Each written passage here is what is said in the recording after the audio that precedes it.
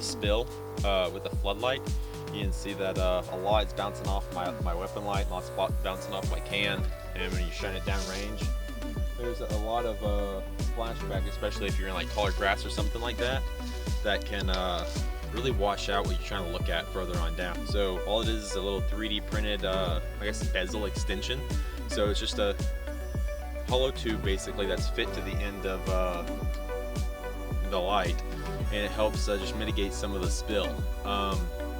By mitigating some of the spill, you're not actually focusing in it, so you're not getting a tighter beam down range. You're just gonna lose basically all the extra spill that would be on your immediate surroundings. So you can see that we're getting a lot on the can right there with this on, or with it off, and when we put it on, you immediately lose a lot of it. There's still some there, but it's a lot more manageable.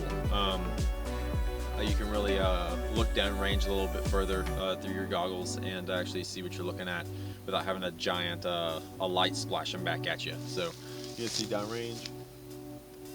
Looks a little bit better. We have a target right down there. You see it starts to hit just at the feet of the target basically, and it's not hitting the entire distance out. And it's a much tighter beam, which in my opinion I prefer for doing stuff outside. I came up with this because I was out hog hunting in the field one evening, but had some hogs about 50 yards or so, except I couldn't see them all because basically all I was seeing was the grass that was right in front of me and to my sides and on the ground, because that had so much splashback from this light.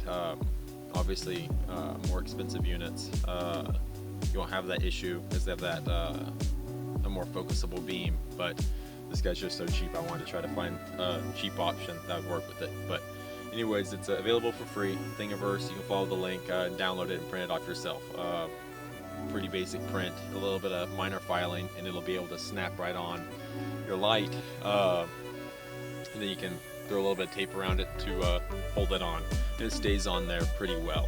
I guess the only thing about mounting it is on the inside, you'll notice there's one little scallop, and the scallop goes on the bottom. So since the illuminator light inside of here is on the bottom side, it's not centered, you'd get a pretty irregular beam if you didn't have this little scallop. So just place the scallop in the light on the absolute bottom, and you should be good to go.